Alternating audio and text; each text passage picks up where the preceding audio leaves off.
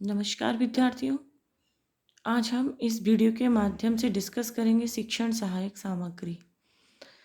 छात्रों, कहीं पर आपको लिखा हुआ मिलता है शिक्षण सहायक सामग्री और कहीं पर आपको लिखा हुआ मिलता है श्रव्य दृश्य साधन।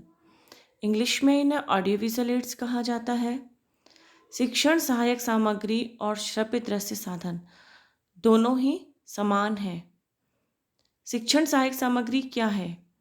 जैसा कि इसके नाम से ही पता चलता है, शिक्षण सहायक सामग्री यानी कि जो सामग्री, जो मटेरियल हमारे शिक्षण में सहायक हो, हमारे टीचिंग में हेल्प करता हो, वही शिक्षण सहायक सामग्री कहलाती है।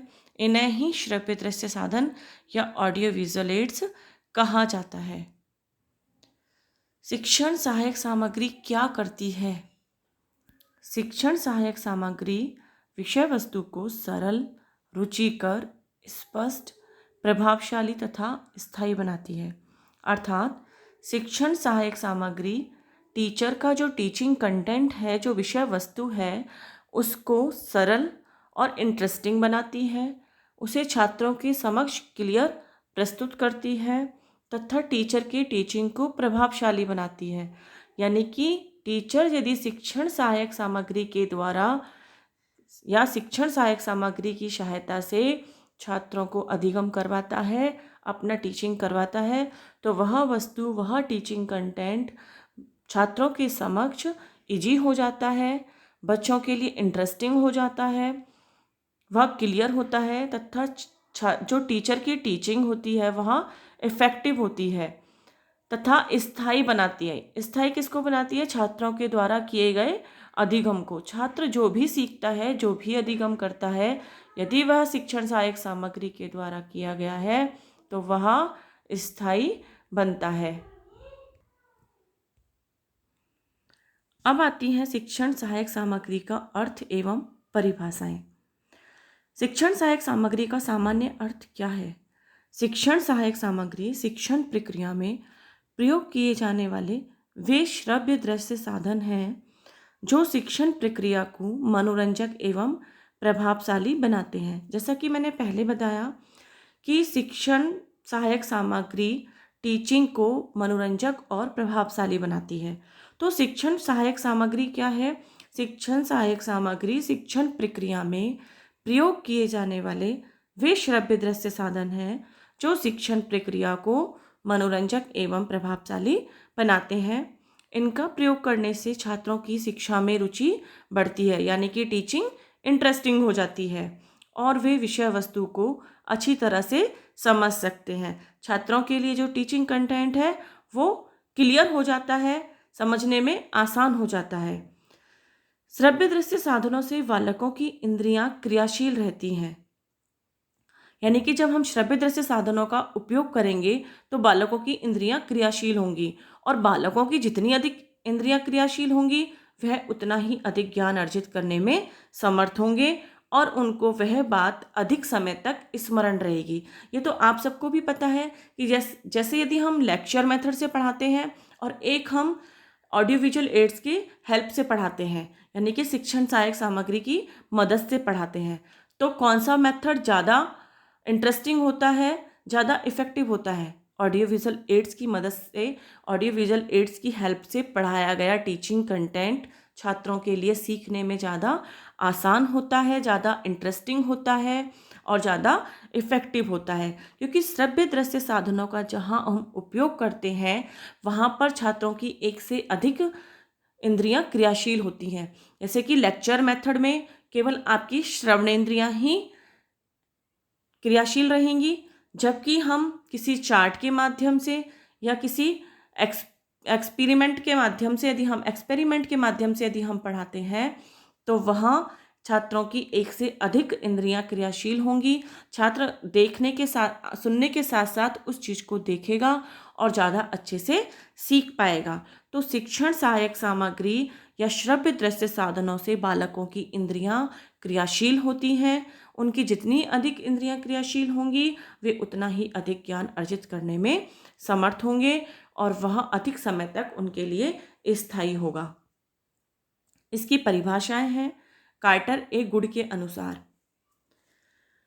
कोई भी ऐसी सामग्री जिसके माध्यम से शिक्षण प्रक्रिया को उद्दीप्त किया जा सके अथवा श्रवणेंद्रिय संवेदनाओं के द्वारा आगे बढ़ाया जा सके, वह सहायक सामग्री कहलाती है।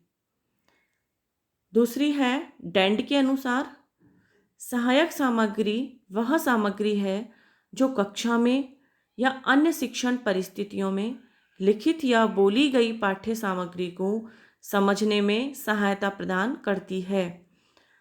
यानी कि सहायक सामग्री शिक्षण सहायक सामग्री से है, यहाँ पर वह सामग्री है जो कक्षा में यानी कि क्लासरूम में या अन्य शिक्षण परिस्थितियों में, जैसे कि अभी अपन कंप्यूटर या मोबाइल के माध्यम से भी कुछ ना कुछ वीडियोस देख के सीखते रहते हैं, तो दोनों ही परिस्थितियों में या तो वो क्लासरूम की भी हो सकती है या क्लासरूम से बाहर की भी हो सकती है।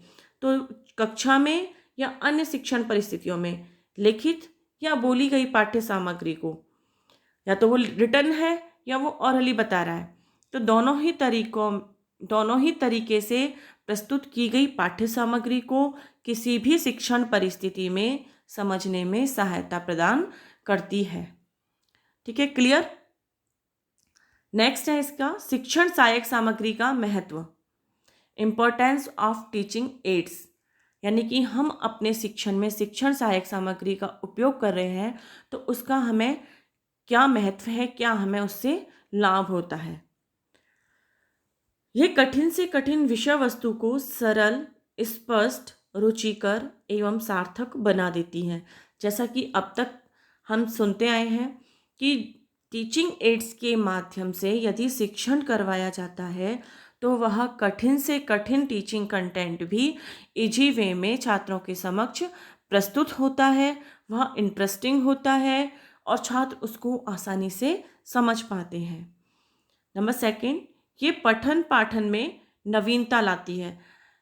जो व्याख्यान विधि के द्वारा पढ़ाया जाता है वह क्लासरूम का बहुत पुराना मेथड है। अब नए नए नवाचारों के माध्यम से, सोशल मीडिया के माध्यम से, क्लासरूम में प्रोजेक्टर, कंप्यूटर के माध्यम से पढ़ाया जाता है, तो वह छात्रों को इंटरेस्टिंग लगता है, तो वहाँ पठन पाठन में यानी कि शिक्षण अधिगम में नवीनता आती है। इसके प्रयोग से समय और शक्ति की बचत होती है। व्याख्यान मेथड से या किसी ऐसे मेथड से जो बोरिंग है उसको समझाने में अधिक समय लगता है, और वही चीज़ यदि हम चार्ट के माध्यम से बच्चों को समझाएं या प्रोजेक्ट के माध्यम से समझाएं तो वह बच्चा जल्दी सीख जाता है। तो इस प्रकार शिक्षण सहायक सामग्री के प्रयोग से समय और शक्ति की बचत होती है। नंबर 4, ये रटने की प्रवृत्ति को कम करते हैं। यानी कि शिक्षण सहायक सामग्री में बच्चा सामने देखकर सीखता है, सुनकर सीखता है, तो वहाँ उसको रटना पड़ता है। बच्चा जहाँ देखकर सीखता है तो वह समझता है, तो वहाँ रटने की प्रवृत्ति कुछ हद तक कम हो जाती है। नेक्स्ट, ये विद्यार्थियों को पुनर्वलन प्रदान करती है। यानी कि शिक्षण सहायक सामग्री जैसे जैसे बच्चा सीखता जाएगा, नेक्स्ट स्टेप हम उसको बताते जाएंगे, तो वह छात्रों को पुनर्वलन के रूप में प्रस्तुत होती है कि छात्रों को पुनर्वलन मिलता है कि हमने एक स्टेप क्लियर किया है तो अब हमें नेक्स्ट स्टेप क्लियर करना है। वहाँ छात्रों का इंटरेस्ट बढ़ता है, वो अवेयर हो जाते हैं कि नेक्स्ट स्टेप पर क्या होगा, तो यह एक पुनर्वलन की तरह वहाँ पर काम करती है। ये विद्यार्थियों में वैज्ञानिक दृष्टिकोण को बढ़ावा देती है, छात्रों की सोचने समझने की शक्ति को बढ़ावा देती है, उनके चिंतन तर्क शक्ति की क्षमता को बढ़ाती है, अर्थात उनका वैज्ञानिक दृष्टिकोण विकसित होता है। नेक्स्ट, ये कक्षा में अनुशासन बनाए रखती है क्योंकि ये बच्चों में रुचि पैदा करती है। हम व्याख्यान मेथड से पढ़ाएंगे या किसी ऐसे मेथड से पढ़ा रहे हैं जहाँ बच्चा इंटरेस्ट नहीं ले रहा है, जबकि हम दूसरा सहायक सामग्रियों के माध्यम से पढ़ा रहे हैं, तो वहाँ कक्षा में डिसिप्लिन रहेगा और बच्चों में इंटरेस्ट पैदा होगा और बच्चे उसको जल्दी से सीख पाएंगे। तो ये हो गया शिक्षण सहायक सामग्री का महत्व। नेक्स्ट, सहायक सामग्री के प्रयोग के उद्देश्य, कि हमें सहायक सामग्री का प्रयोग क्यों करना चाहिए, उसके प्रयोग से हमें क्या लाभ होते हैं, उसको प्रयोग करने के क्या उद्देश्य हैं। नंबर 1, छात्रों में पाठ के प्रति रुचि जागृत करना, यानी कि छात्रों में जो टीचिंग कंटेंट है उसके लिए इंटरेस्ट बढ़ाना। सेकेंड, बालकों में तथ्यात्मक सूचनाओं को रोचक ढंग से प्रस्तुत करना। जो बालकों को बताया जा रहा है, जो इन्फॉर्मेशन दी जा रही है, जो कंटेंट पढ़ाया जा रहा है, उसको रुचिपूर्ण तरीके से यानी कि रोचक ढंग से छात्रों के समक्ष प्रस्तुत किया जा सके। नेक्स्ट, सीखने की गति में सुधार करना।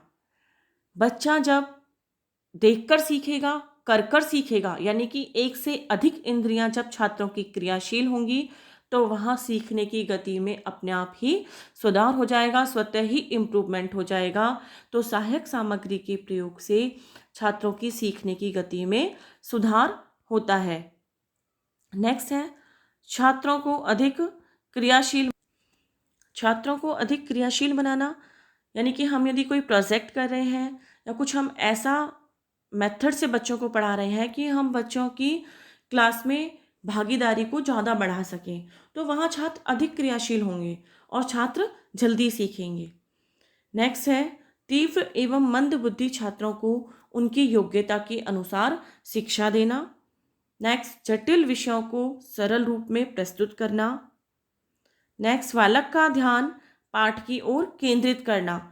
यदि हमारा जो पढ़ाने का तरीका है वह इंटरेस्टिंग है तो वहाँ छात्र अपने आप ही अपने पाठ की ओर, अपने अध्ययन की ओर केंद्रित होगा, उसका ध्यान इधर उधर नहीं होगा।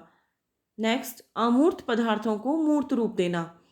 जैसे कि हमें अभी ह्यूमन बॉडी का स्ट्रक्चर बताना है, तो ह्यूमन बॉडी का स्ट्रक्चर हम जो इंटरनल ऑर्गन्स हैं उनको हम नहीं दिखा सकते प्रैक्टिकली, तो हम उसको चार्ट के माध्यम से, मॉडल के माध्यम से बच्चों को बताएंगे।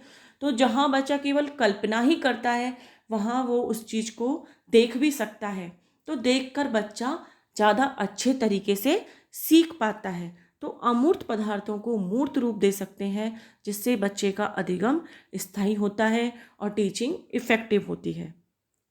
नेक्स्ट है बालकों की निरीक्षक शक्ति का विकास करना, यानी कि बालक देखकर सीखते हैं तो उनका ऑब्जर्वेशन स्किल बढ़ता है। तो ये है सहायक सामग्री के प्रयोग के उद्देश्य कि सहायक सामग्री का उपयोग क्यों किया जाता है, उसके प्रयोग से हमें क्या लाभ हो सकते हैं, क्या उद्देश्य हैं उसको प्रयोग करने के, जिससे कि हम अपनी टीचिंग को इफ़ेक्टिव बना सकें। नेक्स्ट, सहायक सामग्रियों के प्रकार। अब आता है कि सहायक सामग्री जो ऑडियो विजुअल एड्स हैं वो कितने प्रकार के होते हैं। यहाँ पर ऑडियो विजुअल एड्स की सामान्य श्रेणी में तीन प्रकार के होते हैं। फर्स्ट है दृश्य साधन, सेकंड श्रव्य साधन और थर्ड है दृश्य श्रव्य साधन। दृश्य साधन जैसा कि इसके नाम से ही पता चलता है, देखने योग्य। दृश्य का अर्थ होता है देखने योग्य, यानी कि जिन साधनों के माध्यम से हम देखकर सीखते हैं वो होते हैं दृश्य साधन। जैसे श्यामपट्ट, चित्र, मानचित्र, स्लाइड्स, सूचना पट्ट, मूक चित्र आदि। यहाँ पर बच्चों की केवल एक ही इंद्रिया क्रियाशील होती है, ये इफ़ेक्टिव होता है, लेकिन अन्य जो श्रव्य दृश्य साधन आते हैं उनसे थोड़ा कम इफ़ेक्टिव होता है। तो दृश्य साधन में आते हैं श्यामपट्ट। श्यामपट्ट से आप सब अच्छे से वाकिफ़ हैं, ब्लैक बोर्ड जो क्लासरूम टीचिंग में यूज किया जाता है। चित्र, किसी भी चीज़ को समझाने के लिए किसी पिक्चर का चार्ट पे उसको दिखाया जाए। नेक्स्ट, मानचित्र, जैसे कि अभी हमें वर्ल्ड का, इंडिया का, किसी अदर कंट्री का उसका देखना है, कुछ भी उसके बारे में जानकारी प्राप्त करनी है तो वहाँ हम मानचित्र के माध्यम से समझेंगे।